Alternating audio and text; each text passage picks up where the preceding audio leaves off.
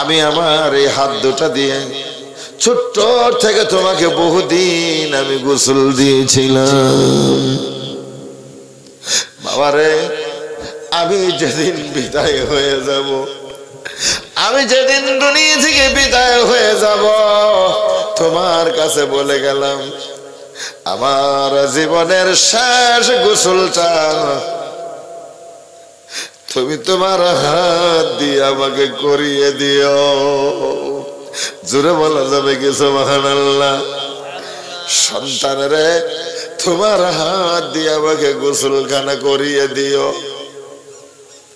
এবার সন্তান বাবাকে, বাবার লাশটাকে মশারির নিচে, কে নিচে? আপনার প্রতি মশারি লাগায় না? মশারির নিচে বাবার লাশ, মশারির ভিতরে সন্তান ঢুকে গেছে। মশারির ভিতরে ঢুকে গেছে। সন্তান বাবাকে গোসল দেওয়ার জন্য বড়ই পাতা দিয়ে গরম জলে বাবাকে গোসল দিচ্ছে। সন্তানের চোখের পানি আর নাকের পানি এক হয়ে গেছে। বাজানো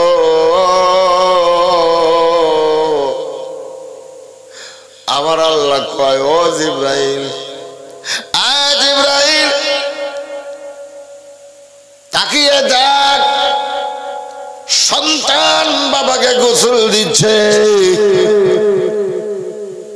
আর তার চোখের পানিগুলো, চোখের পানি আর নাকের পানি একাকার হয়ে গেছে। এই ফেরেশতা আমার রহমতের দরিয়ায় জশ মেরে গেছে। আমি এই ক্রন্দনরত সন্তান যে বাবাকে গোসল দিচ্ছে আর বাবার জীবনের সকল গুনাহগুলো আমি আল্লাহ মাফ করে দিলাম।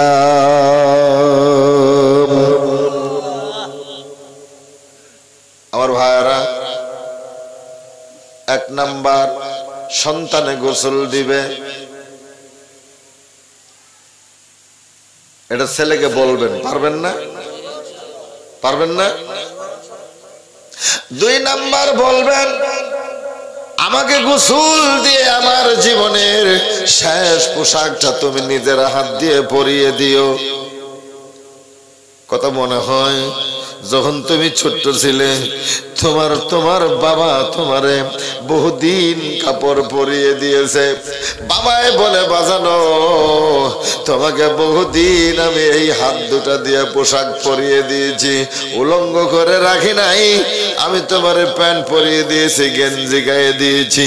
বাজানো আজ আমি অসহায় হয়ে গেছি, মানুষের যেন আমাকে ভাড়াটিয়া মানুষের যেন কাফন না পরায়, তোমরা ভাই মিলিয়ে আমি বাবাকে কাফন পরিয়ে দিও। কটা হলো? দুটো হলো। তিন নাম্বার হলো বাজান আমাকে কাফন পরিয়ে দিয়ে মাসফুন যখন হয়ে গেল, কাফন পরানো হয়ে গেছে, এরপরে আমি বাবার সিনা বরাবর দাঁড়িয়ে আমি বাবার জীবনের জানাজার শেষ নামাজটা তুমি আদায় করে দিও। বিসমিল্লাহির রহমানির রহিম। লা তা'মাল আবসার ওয়ালাকিন তা'মাল কুলুবুল্লাতী ফিস সুদূর। আল্লাহ রাব্বুল আলামিন নবীজিকে ডাক দিয়ে বললেন, নবী গো, দুনিয়ায় যত মানুষ আছে সকল মানুষের কপালের চোখ নষ্ট হয়ে যায়নি, এদের বাইরের চোখ নষ্ট হয়ে যায়নি, বাইরের চোখ এদের ঠিক আছে। ওয়ালাকিন তা'মাল কুলুবুল্লাতী ফিস সুদূর, এদের ভিতরে যে জ্ঞানের চক্ষু আছে, আল্লাহ বলেন ভিতরে জ্ঞানের চোখ মানে কালবের মধ্যে মানুষের প্রত্যেকটা মানুষের আরো দুটো করে চোখ আছে। আমার আল্লাহ বলেন ওয়ালাকিউ তা'মাল কুলুবুল্লাতী ফিস সুদূর, মানুষের অন্তঃকরণের মধ্যে যে জ্ঞানের চক্ষু আছে, মানুষের সেই জ্ঞানের চোখ ওদের বিনিষ্ট হয়ে গেছে, ওদের জ্ঞানের চোখ নষ্ট হয়ে গেছে। এই কারণে তারা মানুষ সম্পর্কে, দুনিয়া সম্পর্কে, আল্লাহ সম্পর্কে, রসুল সম্পর্কে, পরকাল সম্পর্কে, ব্যস্ত সম্পর্কে, দুজক সম্পর্কে, হাসর মিজান সিরাত সম্পর্ক নিয়ে বিভিন্ন ধরনের মন্তব্য তারা পেশ করে থাকে। কারণ ওদের বাইরে, ওদের ভিতরের জ্ঞানের চোখ যে আমি আল্লাহ দিয়েছিলাম, এই জ্ঞানের চোখ এদের নষ্ট হয়ে গেছে। এই কারণে তারা এমন মন্তব্য পেশ করে। কথা বুঝতেছেন আপনারা? আর ভাইরা, ছোট্ট করে দুটো কথা বলে যাব, বেশি বলবো না, ছোট্ট করে দুটো কথা বলে যাব। কথা দুইটা আপনাদের পকেটে আমি বোঝাই করে দিব বাড়িতে নিয়ে যাওয়ার জন্য।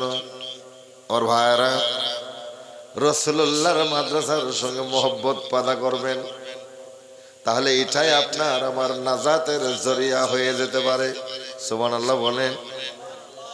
আল্লাহ রসুলের বাড়ির সঙ্গে, নবীজির ঘরের সঙ্গে, নবীজির মাদ্রাসার সঙ্গে মহব্বত পয়দা করিলে আপনার আমার জীবনের মধ্যে অন্য কোনো আমল যদি আমার আল্লাহর দরবারে গৃহীত না হয়, এই যে রাসূলুল্লাহর সাথে আল্লাহর রসুলের ঘরের সঙ্গে যে আপনার প্রেম ভালোবাসা ছিল, এটাই নাজাতের জরিয়া বানিয়ে আমার আল্লাহ আপনার আমার জীবনের সকল গুনাহগুলো মাফ করে কিয়ামতের ময়দানে আল্লাহ জান্নাতে দিতে পারে। এক মাদ্রাসা আছে ভাই গো, বাইতুল মদিনায় যার মূল, খুব মনোযোগ দিয়ে শুনেন। এক মাদ্রাসা আছে ভাই গো, মদিনায় যার মূল, ওই মাদ্রাসার সেক্রেটারি নবী মুহাম্মদ রাসূল। ওই মাদ্রাসা পাশ করিলে, ওই মাদ্রাসা পাশ করিলে জান্নাতের টিকিট পাই। ভালো করে পড়ো তোমরা নবীর মাদ্রাসায়, ভালো করে পড়িস তোরা নবীর মাদ্রাসায়।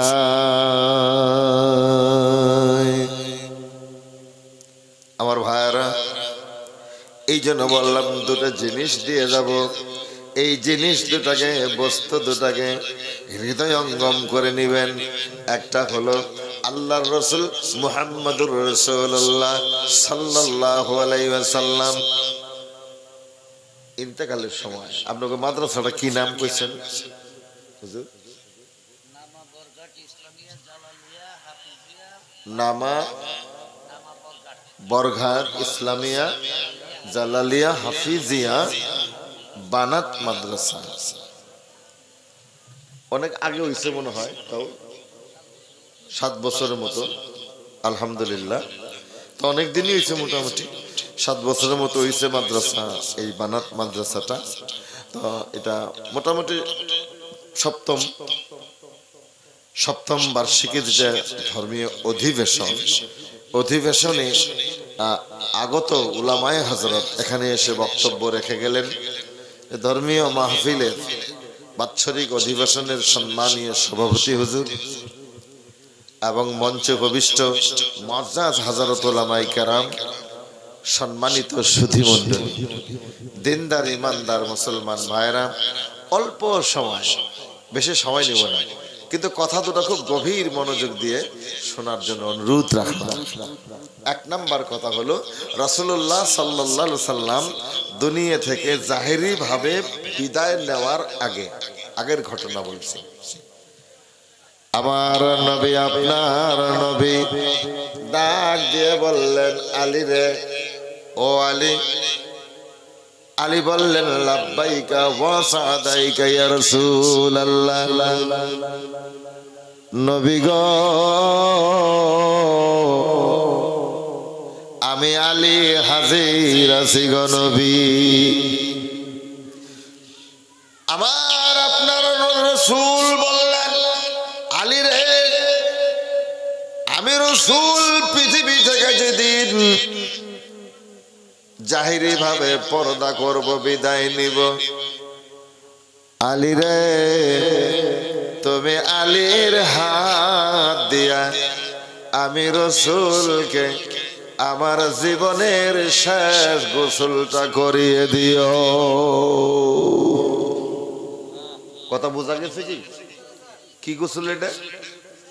শেষ গোসল। তার মানে কোন জায়গায় করায়? মরার পরে। রাসূল কিন্তু মরেন নাই, রাসূল কি বিদায় নিয়েছেন জাহিরি ভাবে। আমরা মরে যাই, রাসূল মরেন না। কেউ যদি রাসূল মরে গেছে গা, এর ইমানই নষ্ট হয়ে গেল, বেয়াদবি করলো আল্লাহ রাসূলের সাথে, ঠিক না? আল্লাহ রাসূলের সাথে এর বেয়াদবি হয়ে গেল না, হে গুস্তাখ রাসূল। আমার ভাইরা, আমার আপনার রাসূল বললেন, আলী রে, আমি রাসূল যেদিন দুনিয়া থেকে বিদায় হয়ে যাব রে আলী, আমার অনেক সাহাবী আছে, আমি কাউকেই বললাম না, আলী রে তুমি আওলাদ রাসূল, আলী রে তুমি হলে আহলে বায়াতের সদস্য, আলী আমি রাসূল তোমাকে বলে গেলাম, আমি রাসূলের জীবনের দুনিয়াবি জীবনের শেষ গোসলটা তুমি তোমার হাত দিয়ে করিয়ে দিও। জোরে বলা যাবে কি সুবহানাল্লাহ? আলী রে, আর আমি রাসূলের শরীরের অঙ্গ প্রত্যঙ্গের কথাগুলি জীবনে কারো কাছে প্রকাশ করিবে না, গোপন রাখিবে। আলী বললেন, ইয়া রাসূলুল্লাহ, ইয়া হাবিবাল্লাহ, নবী গো, আমি আলীর বিশ্বাস হয়ে গেছে, আমি আলীর ইতমিনান হয়ে গেছে গো নবী, আপনাকে গোসল না করানো পর্যন্ত আমি আলীর মৃত্যুর পরোয়ানা নিয়ে মালিকুল মউত আমার কাছে আসবে না। জোরে বলুন সুবহানাল্লাহ। এটা আমার বিশ্বাস হয়ে গেছে, আপনাকে গোসল না করানো পর্যন্ত আমার কাছে মৃত্যুর পরোয়ানা নিয়ে মালিকুল মউত হাজির হবে না। কেননা আপনি রাসূল নবুয়তে জবান দিয়ে বলেছেন যে আমাকে গোসল তোমার হাত দিয়ে করিয়ে দিও, আপনাকে গোসল না করানো পর্যন্ত আমি বিদায় হব না। সুবহানাল্লাহ বলেন। রাসূলের কথা তাদের কি বিশ্বাস! আল্লাহু আকবার। আমার ভাইয়ারা, এবার রাসূল ডাক দিলেন, উসমান, ও উসমান। লাব্বাইক ইয়া রাসূলুল্লাহ, নবী গো আমি উসমান হাজির আছি গো নবী। উসমান, আমি রাসূল দুনিয়া থেকে বিদায় জাহিরি পর্দা করার পরে আলী আমার জীবনের শেষ গোসল করিয়ে দিবে। উসমান রে, তুমি তোমার হাত দিয়ে আমি রাসূলকে আমার জীবনের শেষ পোশাকটা পরিয়ে দিও। জোরে বলুন সুবহানাল্লাহ। এই পোশাকটার নাম কি? সবাই কোন? কাফনের কাপড়। কাফন একটা কি আমাদের পোশাক না? যেটা বলেন পোশাক। উসমান তোমার হাত দিয়ে আমি রাসূলকে আমার জীবনের শেষ পোশাকটা তুমি পরিয়ে দিও। এবার আমি আপনাদেরকে বলে যাচ্ছি, এই মাহফিলের মধ্যে আমরা যারা 2-4 জন বসে আছি, আমি সকলকেই অনুরোধ করতেছি, বাজানো আজকে বাড়িতে যাবেন, আল্লাহ সহি সালামতে বাঁচায় রাখিলে কালকে সকালবেলা ফজরের নামাজের পরে যার যে কয়জন সন্তান আছে, সন্তান মানে ছেলেদের ডাক দিয়ে নিয়ে সম্মুখে বসিয়ে নিয়ে তাকে উপদেশ দিয়ে বলবেন, বাজানো আমি ইন্তেকাল করার পরে, আমি মারা যাওয়ার পরে আমাকে যেন ভাড়াটিয়া দিয়ে গোসল করানো না হয়। কি দিয়া? ভাড়াটিয়া বুঝেন তো? মানুষ দেখে রে গোসল দেয় যে, আর ভাড়াটিয়া না। আপনি বলবেন, কারামত আলী এর নাম কইলাম, আব্দুল সত্তার, আব্দুল হান্নান, আব্দুল মান্নান, আব্দুল জব্বার, আব্দুল মজিদ, আমার ইন্তেকালের পরে আমাকে যে গোসলটা দিবা, এটা ভাড়াটিয়া মানুষ দিয়ে যেন গোসল করানো না হয়। তাহলে বাজান কি করব? কয়, বাবা গো, আমি তোমার বাবা, আমি আমার এই হাত দুটা দিয়ে ছোট্ট থেকে তোমাকে বহুদিন আমি গোসল দিয়েছিলাম। বাবারে, আমি যেদিন বিদায় হয়ে যাব, আমি যেদিন দুনিয়া থেকে বিদায় হয়ে যাব, তোমার কাছে বলে গেলাম, আমার জীবনের শেষ গোসলটা তুমি তোমার হাত দিয়ে আমাকে করিয়ে দিও। জোরে বলা যাবে কি সুবহানাল্লাহ? সন্তানেরে তোমার হাত দিয়ে আমাকে গোসলখানা করিয়ে দিও। এবার সন্তান বাবাকে, বাবার লাশটাকে মশারির নিচে, কি নিচে? আপনাকে তো মশারি লাগায় না? মশারির নিচে বাবার লাশ, মশারির ভিতরে সন্তান ঢুকে গেছে, মশারির ভিতরে ঢুকে গেছে। সন্তান বাবাকে গোসল দেওয়ার জন্য বড়ই পাতা দিয়ে গরম জলে বাবাকে গোসল দিচ্ছে। সন্তানের চোখের পানি আর নাকের পানি এক হয়ে গেছে। বাজানো,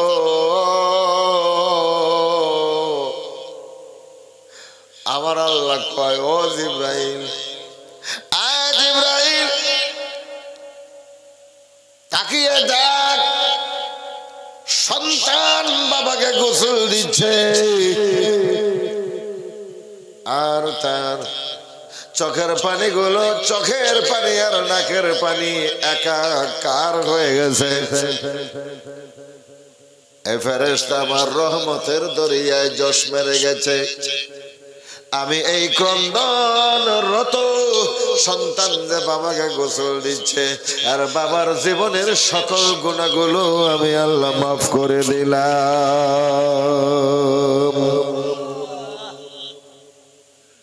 আমার ভাইরা, 1 নাম্বার সন্তানে গোসল দিবে, এটা ছেলেকে বলবেন, পারবেন না? পারবেন না? 2 নাম্বার বলবেন, আমাকে গোসল দিয়ে আমার জীবনের শেষ পোশাকটা তুমি নিজের হাত দিয়ে পরিয়ে দিও। কথা মনে হয় যখন তুমি ছোট্ট ছিলে, তোমার বাবা তোমারে বহুদিন কাপড় পরিয়ে দিয়েছে। বাবাই বলে, বাজানো তোমাকে বহুদিন আমি এই হাত দুটা দিয়ে পোশাক পরিয়ে দিয়েছি, উলঙ্গ করে রাখি নাই। আমি তোমার প্যান্ট পরিয়ে দিয়েছি, গেঞ্জি গায়ে দিয়েছি। বাজানো আজ আমি অসহায় হয়ে গেছি, মানুষের যেন আমাকে ভাড়াটিয়া মানুষের যেন কাফন না পরায়। তোমরা ভাই মিলিয়ে আমি বাবাকে কাফন পরিয়ে দিও। কটা হলো? দুটো হলো। 3 নাম্বার হলো বাজান, আমাকে কাফন পরিয়ে দিয়ে মাসফুন যখন হয়ে গেল, কাফন পরানো হয়ে গেছে, এরপরে আমি বাবার সিনা বরাবর দাঁড়িয়ে আমি বাবার জীবনের জানাজার শেষ নামাজটা তুমি আদায় করে দিও। জোরে বলা যাবে কি সুবহানাল্লাহ? আল্লাহ আল্লাহ আল্লাহ আল্লাহ আল্লাহ আল্লাহ আল্লাহ আল্লাহ লা ইলাহা ইল্লাল্লাহ আমার আল্লাহ আল্লাহ আল্লাহ লা ইলাহা ইল্লাল্লাহ।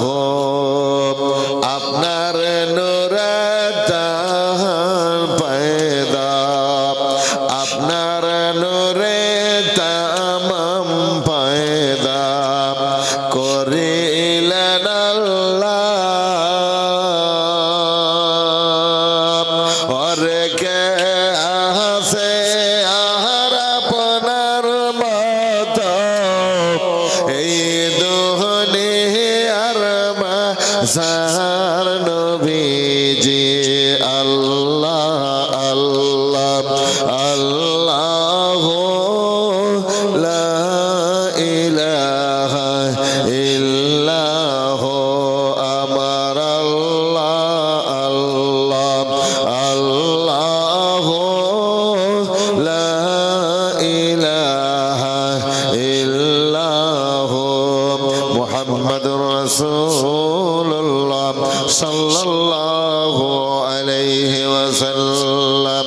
আমার জানাজার নামাজটা তুমি পড়িয়ে দিও, ভাড়াটিয়ে দিয়ে আমার নামাজ যেন পড়ানো না হয়। তুমি সন্তান আমার জানাজার নামাজটা পড়িয়ে দিও। জোরে বলা যাবে কি আমিন? আমার ভাইরা, আল্লাহর নবী আবুল কাসিম মুহাম্মাদুর রাসূলুল্লাহ সাল্লাল্লাহু আলাইহি ওয়াসাল্লাম বলে আল্লাহর নবী বলেন, ও খাদিজা তুমি যখন নামাজে দাঁড়াবে, খাদিজা রে নামাজে দাঁড়ানোর আগে মৃত্যুর মুরাকাবায় দাঁড়িয়ে যাইও। মাশারিকুল আনোয়ারের মধ্যে এই ছোট্ট ঘটনাটা লিখছে। আমি সম্পূর্ণ ঘটনা বলবো না, একটা কথা বলার জন্য প্রয়োজন হয়ে গেল, তাই আমি উদাহরণ স্বরূপ বলছি। মাশারিকুল আনোয়ারের মধ্যে ঘটনাটা লেখা হয়েছে। আল্লাহ রাসূল বললেন, খাদিজা তুমি যখন নামাজে দাঁড়াবে, নামাজে দাঁড়ানোর আগে মৃত্যুর মুরাকাবায় দাঁড়িয়ে যাইও। আমার ভাইরা,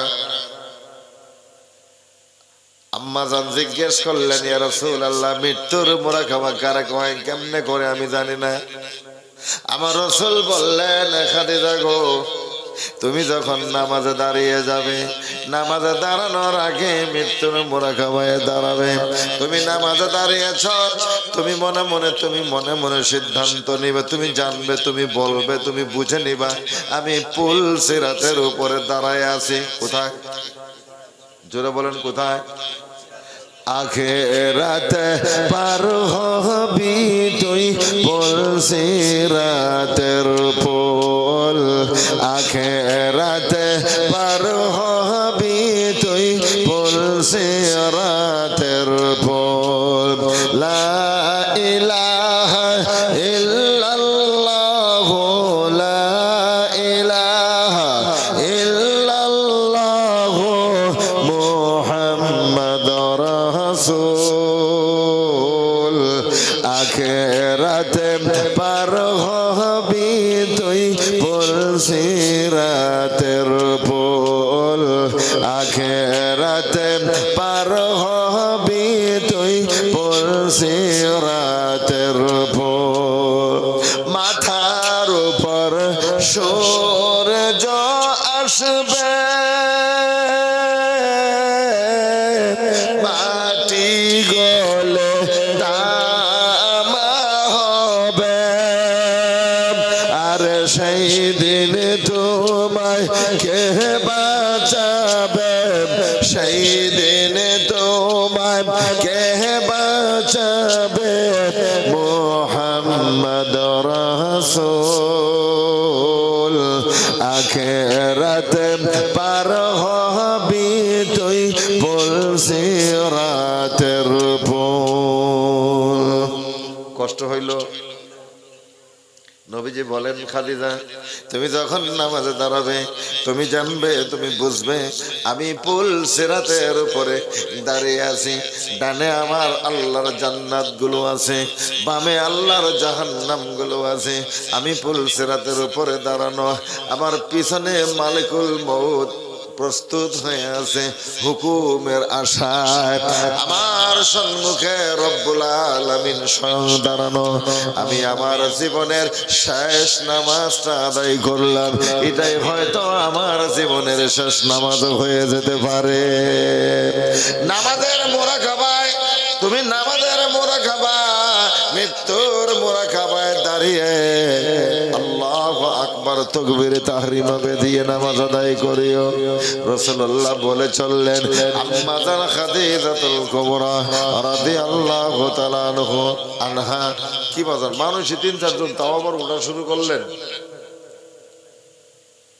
বাবাই বসেন আমি মুসাফির মানুষ মুনাজাত দিয়ে দিই জানগা মানুষই 3 জন তাও আবার উঠাউঠি শুরু করলেন বয়েন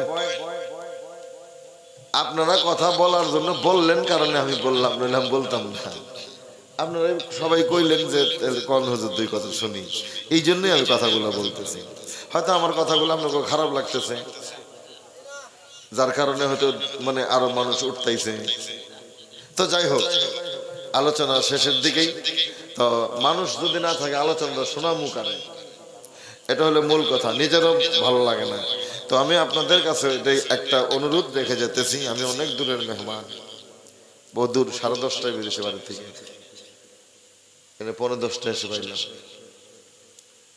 আল্লাহু আকবার আল্লাহু আকবার বলেন এত দূর আমার বাড়ির মহেন্দ্রগঞ্জে মানে আপনাকে এখানকার একটা সাথী তখন ঘরের মধ্যে কইলো ঘরের মধ্যে বললো যে হেম বেটা মহেন্দ্রগঞ্জে গেছিল মানকাচরে গেছিল না মানকাচরে গেছিল মানকাচর যেখানে গেছিল ওখান থেকে আরো 40 কিলোমিটার দক্ষিণ পশ্চিম কর্নারে গেলে পাওয়া যায় মহেন্দ্রগঞ্জ জায়গাটা আমি অনেক দূরে মেহমান বাজান কথা হয়তো অবশ্যই ইচ্ছা ছিল যে কিছু কথা যদিও অনেক মানুষ অল্প কথা বলার জন্য ইচ্ছা ছিল তো তথাপিও যদি মানে মানুষ 2-4 জন যদি উঠে জায়গা বক্তা করে খারাপ লাগে কিন্তু একটা আলোচনা থেকে যখন মানুষ উঠে তখন বক্তার মনটা নষ্ট হয়ে যায় তো যাই হোক যে যাবার তো যাবেই আর যে থাকার থাকবে তো আমি কথা দুটো মানে এই জন্যই বলতেছিলাম যে আম্মা জান খাদিজা রাদিয়াল্লাহু তাআলা আনহা মানে মৃত্যুর মুরাকাবায় দাঁড়িয়ে খুব গভীর মনোযোগ দেন কথা শেষ বা উড়িস না ও বাজান উড়িয়ে না বসো কথা শেষ মোনাজাতটা দিয়ে যাও দেখেন এখানে প্রত্যেকটা বাড়িতে মানুষ আছে না প্রত্যেকটা বাড়িতে মানুষ আছে আল্লাহ এই যে বাজারে যতগুলো মানুষ আছে এন থেকে যদি মানে 50 জন মানুষ এসে যদি বইতো তাও আল্লাহ রসুলের মাদ্রাসার সম্মানটা রক্ষা হতো আমি যে একটা মেহমান অনেক দূরে থেকে আমাকে নিয়েছেন আপনারা এটা একটা ইজ্জত আছে না এটা মান সম্মান ইজ্জতটা রক্ষা হতো তো যার কারণে হয়তো মক্কার হাজি হজ পায় না তো যাই হোক আল্লাহুম্মা আমিন তো আমার ইচ্ছা ছিল আমি আসছি আপনাদের দোয়া নেওয়ার জন্য তো এবং ওই সুযোগে 2-4 কথা বলার জন্য তো আম্মা জান খাদিজাতুল কুবরা রাদিয়াল্লাহু তাআলা আনহা মৃত্যুর মুরাকাবায় দাঁড়িয়ে কাঁদতে কাঁদতে যেন মানে অসুস্থ হয়ে গেলেন ফাতিমা রাদিয়াল্লাহু তাআলা আনহা ছোট মানুষ এসে বলতেছে মা কেন কাঁদেন অথচ উনি কিন্তু নামাজে। কেন কান্দেন? মা কথা বলে না, আচ্ছা নামাজ থেকে কথা বলে না। তো এবার আম্মাজান গিয়ে আল্লাহ রসুলের কাছে বলতেছে, ইয়া রাসূলুল্লাহ, মা কাঁদতেছে, কি হইছে মা, কেন কান্দে? রসুল বাড়িতে আসলেন, আসার পরে বললেন, খাদিজা কেন কান্দো? খাদিজা বললেন, ইয়া রাসূলুল্লাহ, আমি খাদিজার জীবনে তেমন কোনো ভালো আমল নাই গো নবী। নবী গো, আমি খাদিজার জীবনে তেমন কোনো ভালো আমল নাই।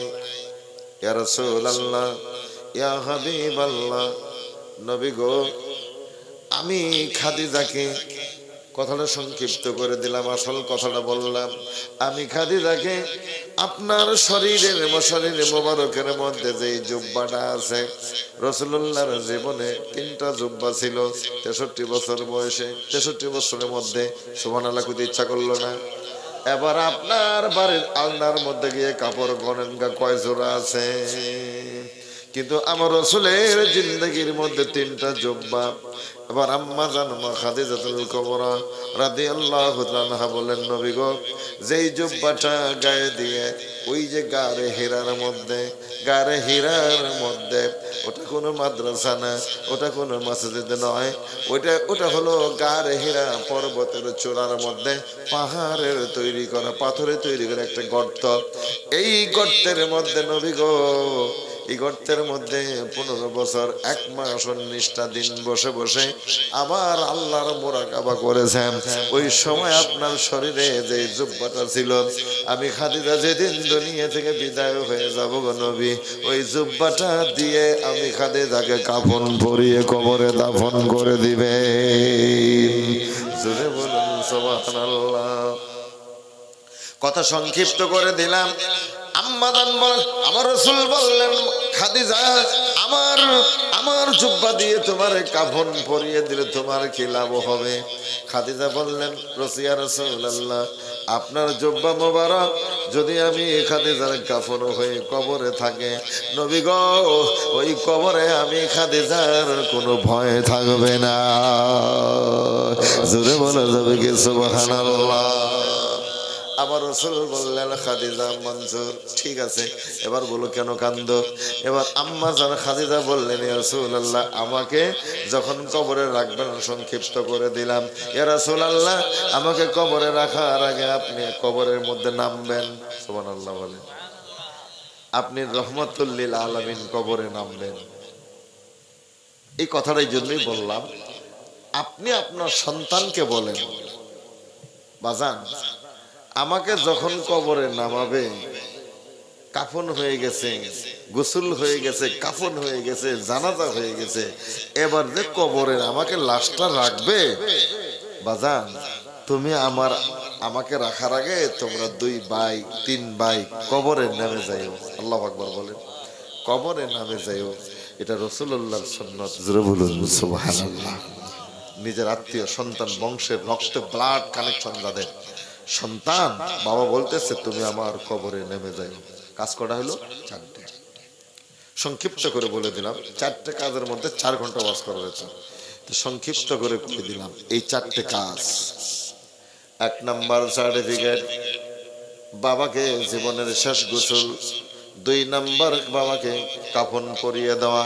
3 নাম্বার, বাবার জানাজার নামাজ। 4 নাম্বার, বাবাকে কবরে দাফন করার জন্য সন্তান কবরে নেমে হাত দিয়ে এমন করে ধরে না, লাশটাকে হাত দিয়ে ধরিয়ে মাটি, কবরের মাটির মধ্যে শোয়ায়ে দিয়ে বিসমিল্লাহি, তারপর কি কয়, বিসমিল্লাহি ওয়া আলা মিল্লাতি রাসূলিল্লাহ, এই দোয়াটা পড়িয়ে দিয়ে তুমি কবরের উপরে উঠে আসিও। আবার আল্লাহ কয়, সন্তানের কাছ থেকে এই বাবার হলো সফল বাবা। কি বাবা? জোরে বলেন, কি বাবা? আয় ফেরেশতারা সাক্ষী থেকে যান, আমার রহমতের দরিয়ার মধ্যে জশ পেরে গেছে। কবরের শায়িত যে বাবা কবরের মাটিতে শুয়ে পড়লো, এই বাবা হলো সফল বাবা। কেন? ফেরেশতারা জিজ্ঞেস করে, কেন আল্লাহ, কেন, কেমনে সফল? হয় দেখ, 4টে সার্টিফিকেট তার সন্তানের কাছ থেকে নিয়ে কবরের মাটিতে শুয়ে গেছে। এই যে বাবা 4টে সার্টিফিকেট নিয়ে কবরের মাটিতে শুয়ে পড়েছে। আমি বাবা, আমি আল্লাহ তারে মাফ করে দিলাম, আমি আল্লাহ তারে মাফ করে দিলাম, কারণ সন্তানের কাছ থেকে সে এই সার্টিফিকেট গুলো সংগ্রহ করেছে। সুবহানাল্লাহ বলেন। বাজান এই জন্য বললাম দুটো কথা বলবো, নিয়ে যাবেন বাড়িতে, মনে থাকবে। মাদ্রাসার জলসায় এসে দুটো কথা নিয়ে গেলেন বাড়িতে, কি কথা? ছেলেদেরকে বলবেন, ঠিক আছে?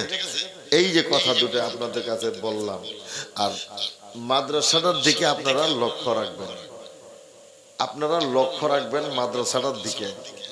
এবং যদি মাদ্রাসার পক্ষ থেকে, যদি মাদ্রাসার উপরে আপনারা যদি অসন্তুষ্ট, নারাজ হয়ে থাকেন, কি কারণে, তাহলে তাদেরকে নিয়ে বসে আলোচনা করবেন। কিন্তু এটা রাসূলুল্লাহর বাড়ি, রাসূলুল্লাহর বাড়ি নিয়ে সিনেমিনি খেলানো যাবে না, রাসূলুল্লাহর বাড়ি নিয়ে এমন করা যাবে না। এটা বাৎসরিক অধিবেশন, মেয়েরা হ্যাপস করছে, তাই না? আরে কোরআন শরীফ মুখস্থ করে ফেলেছে। আল্লাহু আকবার, আল্লাহু আকবার বলেন, আল্লাহু আকবার। দুটো মেয়ে কোরআন মুখস্থ করে ফেলেছে, তাদের দস্তরবন্দি করে দেওয়া হলো। ছেলে হইলে পাগড়ি বেঁধে দিতাম মাথার মধ্যে, মেয়ে কারণেই তাকে বুরকা যায় নামাজ দিয়ে তাকে সম্মানে ভূষিত করে দেওয়া হলো হাফিজা। আল্লাহু আকবার বলেন, আল্লাহু আকবার। এটা একটা দান আপনাদের এখানে এই মাদ্রাসায় থেকে এরা তৈরি করে বের করে দিয়েছে, অথচ আপনারা সদল বলে এখানে আসতে পারলেন না। আপনাদের নজরে যদি কোনো ত্রুটি পরিলক্ষিত হয়, তাহলে আপনারা তাদেরকে বলেন, তাদের নিয়ে বসেন, আলোচনা করেন, নাকি আলোচনার মর্মে আপনারা বস্তুগুলোর সমাধান করেন। কিন্তু এরকম কাজ করা যাবে না। বাইরে থেকে মেহমান দাওয়াত করে নিয়ে আসবেন, আসে আপনারা থাকবেন না, এটা এরকম, এটা বেইজ্জতি করা। তো যাই হোক, আমি আপনাদের কাছে বলতেছি, আমার কথা দুটো শুনেন। আল্লাহ রসুলের মাদ্রাসার সাথে আপনারা সম্পর্ক রাখবেন। আল্লাহ রসুলের এরকম থেকে আসলো, বাজার থেকে যাইতেছে, ও আল্লাহু আকবার।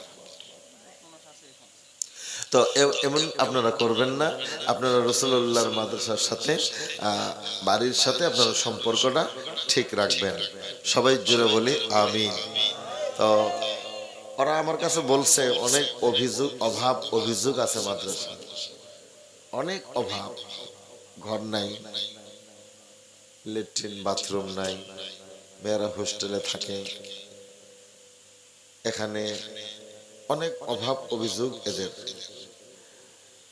তো অ্যাকচুয়ালি মেয়েদের মানে বানাত মাদ্রাসা, যেটা একজন সন্তান, একজন ছেলের জন্য পড়া যেমন ফরজ, একজন মেয়ের জন্য দ্বীনের ইলম শিক্ষা করা তেমনই ফরজ।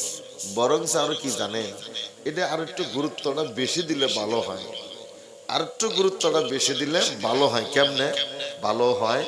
কারণ এই জন্যই ভালো হয়, আল্লাহ রসুল বলছেন, আদ-দুনিয়া কুল্লুহা মাতাউন ওয়া খায়রুল মাতাইদ দুনিয়া আল মারআতুস সালিহা।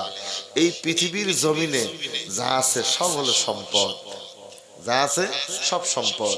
রসুল বলেন, ওয়া খায়রুল মাতাইদ দুনিয়া, এই দুনিয়ার সব সম্পদের মধ্যে সর্বশ্রেষ্ঠ সম্পদ হলো আল মারআতুস সালিহা, একজন নামাজি, পর্দানশীল, আবিদা, আউরতে হাসিনা একটা মেয়ে। আল্লাহ পাক রসুল বলেন তামাম পৃথিবীর শ্রেষ্ঠ সম্পদ। ধরে বলুন সুবহানাল্লাহ। আচ্ছা, শ্রেষ্ঠ সম্পদ, এর চেয়ে বড় সম্পদ আর পৃথিবীতে নাই। তাহলে কি এটা কবি বলছে, জাতের মাইয়া কালো ভালো, কি মাইয়া? জাতের মাইয়া কালো ভালো, নদীর জল ঘোলাই ভালো। নদীর জল ঘোলা হইলেও পবিত্র, অপবিত্র নয়।